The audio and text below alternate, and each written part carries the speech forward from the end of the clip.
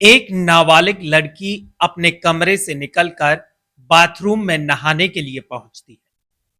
Bathroom में अंदर जाने के बाद उस लड़की ने दरवाजे को अंदर से बंद कर लिया, लेकिन तभी अचानक बाथरूम के दरवाजे पर एक लड़के की एंट्री होती है और कुछ देर बाद वो लड़की बाथरूम से चिल्लाते हुए बाहर आती है। अब अगर मैं आपसे ये कहूं कि किसी शहर की सबसे खतरनाक जगह सड़क नहीं बल्कि एक बाथरूम भी हो सकता है, तो शायद आपको यकीन नहीं होगा, क्योंकि बाथरूम वो जगह है जहां इंसान सबसे ज्यादा अकेला होता है। लेकिन जरा सोचिए, आपके उसी अकेलेपन की उन तस्वीरों को अगर कोई व्यक्ति अपने कैमरे में कैद कर रहा हो तो फिर क्या होगा। नमस्कार, न्यूज पंच देख रहे हैं आप और मैं हूं आपके साथ नेत्रपाल सिंह। आज की ये जो कहानी मैं आपको सुनाने जा रहा हूं, ये कहानी है उत्तर प्रदेश के मथुरा जिले की। वो मथुरा जो भगवान श्री कृष्ण के जन्म से लेकर के भगवान श्री कृष्ण की लीलाओं तक का साक्षी है, जहां हजारों श्रद्धालु भगवान श्री कृष्ण के दर्शन की अभिलाषा लेकर आते हैं। इसी उम्मीद के साथ 26 जुलाई को एक परिवार भगवान श्री कृष्ण के जन्म स्थान के दर्शन के लिए मथुरा आता है। मथुरा पहुंचने के बाद उस परिवार ने भूतेश्वर के पास मौजूद साईं सेवा सदन गेस्ट हाउस में किराए पर एक कमरा बुक किया था।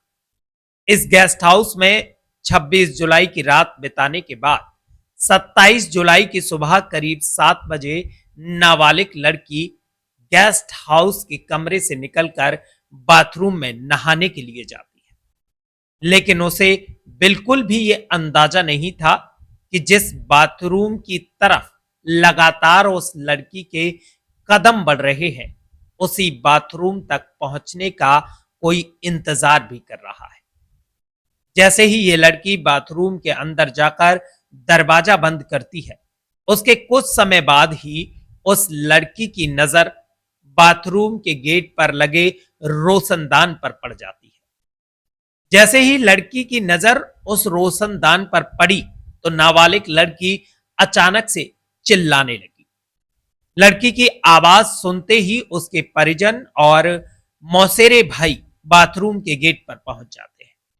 नाबालिग लड़की ने साईं सेवा सदन गेस्ट हाउस के एक लड़के पर बाथरूम में नहाते हुए का वीडियो बनाने का आरोप लगाया।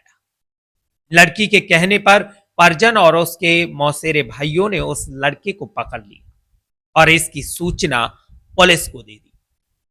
सूचना मिलने पर पुलिस भी मौके पर पहुंचती है।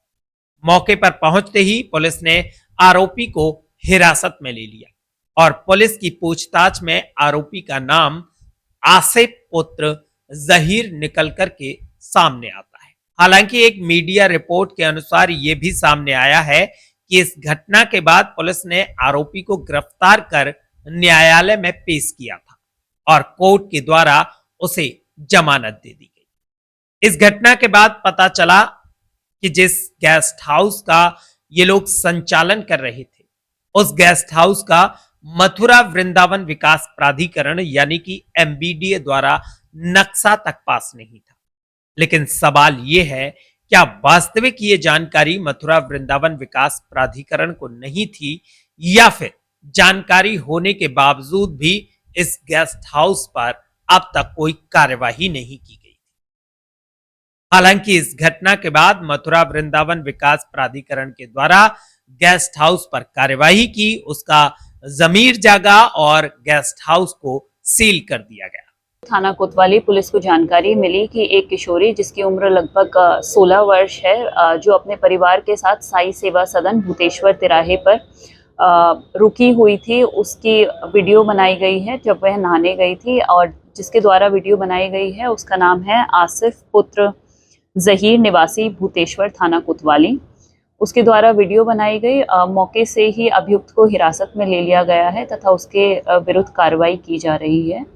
जांच में यह भी पता चला है कि जो साई सेवा सदन है उसका एमवीडीए से नक्शा अप्रूव नहीं है, उस संबंध में भी अग्रिम विधिक कार्रवाई की जा रही है।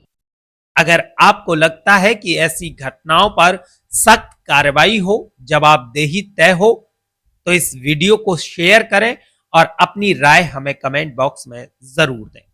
सतर्क रहें, सुरक्षित रहें, अपना और अपनों का ख्याल रखें। मिलते हैं अगली एक और सच्ची कहानी के साथ।